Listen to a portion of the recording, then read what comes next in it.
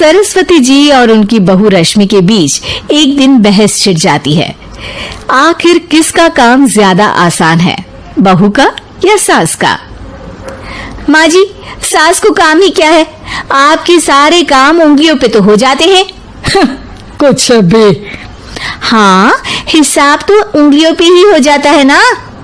अरे बेटा, ऐसा सिर्फ अभी लगता है, जो मुझे करना पड़ता है ना वो तुझे करना पड़े तो समझ आएगा कि असली काम का पहाड़ कैसा होता है। ठेले बराबर वजन भी नहीं है आपके काम में, और बात पहाड़ों के वजन की कर रही हैं आप। तू ऐसा करती ही क्या है घर में बेटा, ये तो बता मुझे।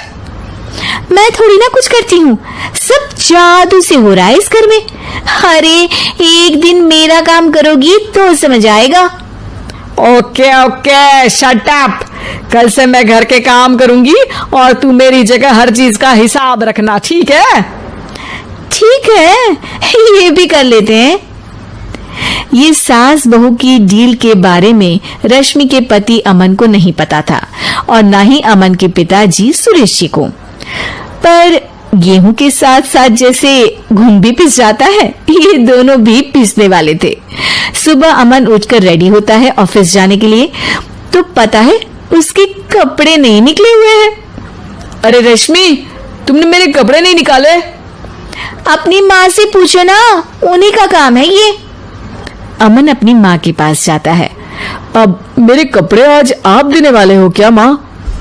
हाँ, देना तो मुझे ही चाहिए, पर तेरी बहू ने कपड़े धोने ही नहीं डाले, तो कोई भी धुला हुआ कपड़ा नहीं है बेटा। हैं? ऐसा क्यों? कपड़े तो धोने आप ही देते हो ना माँ? अरे बहू ने तुझे बताया नहीं, अब हम अदल बदल गए हैं, मैं अब बहू और तेरी बीवी सास। अमन परेशान हो गया।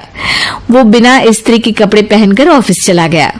सरस्वती जी अपने घुटने के दर्द के कारण झुककर घर साफ नहीं कर पा रही थी और ना ही खाना बनाना याद रख पाई।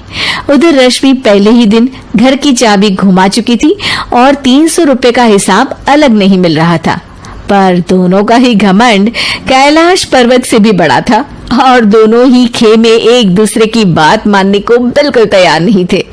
शाम को जब सुरेश जी और अमन खाना खाने बैठते हैं तो सरस्वती जी उनके सामने गाजर और पपीते लाकर रख देती हैं। अरे माँ, ये क्या है? ख्याली पुलाव के साथ सलाद। माँ जी खाना बनाना भूल गई लगता है। अरे एक एक चमन्नी का हिसाब है मेरे पास, खाना बनाना कैसे भूल जाऊंगी?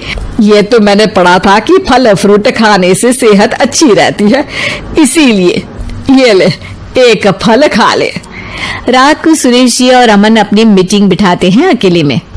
बाबूजी, इनकी लड़ाई के कारण ना हमें ठीक से खाना मिल रहा है, उल्टा घर के सारे काम रुक गए हैं। हाँ बेटा, 2 भैंसों की लड़ाई में बेचारे खेत के पौधों का भी नुकसान हो रहा है।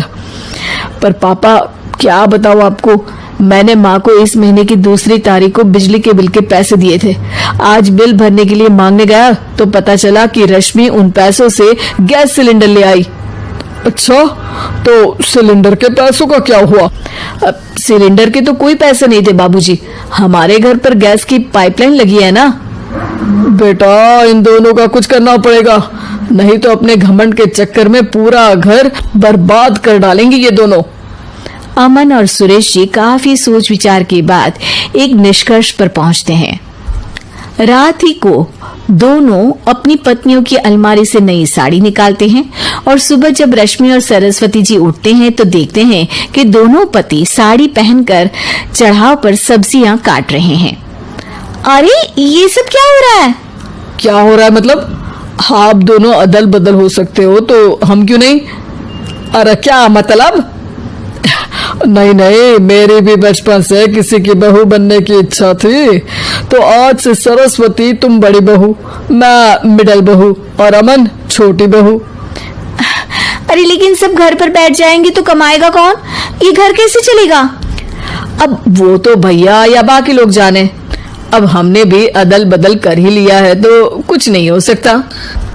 रश्मि और सरस्वती जी को समझ में आ जाता है कि उन दोनों की आपस की डील की वजह से इन दोनों को बहुत तकलीफ हो रही है और उनके ईगो ने दूसरों को कितनी यातनाएं दी है। अब असल में माँ जी आप सही थी, सास बनना बहुत मुश्किल है। अरे हाँ बेटा, और तू भी, मुझसे तो नहीं हो पाया सब घर के काम, वापस बदल ले क्या? हाँ हाँ बिल्कुल माँ जी, और अब आप दोनों भी बदल लीजिए, कोई आ गया तो आप दोनों को देखकर क्या सोचेगा।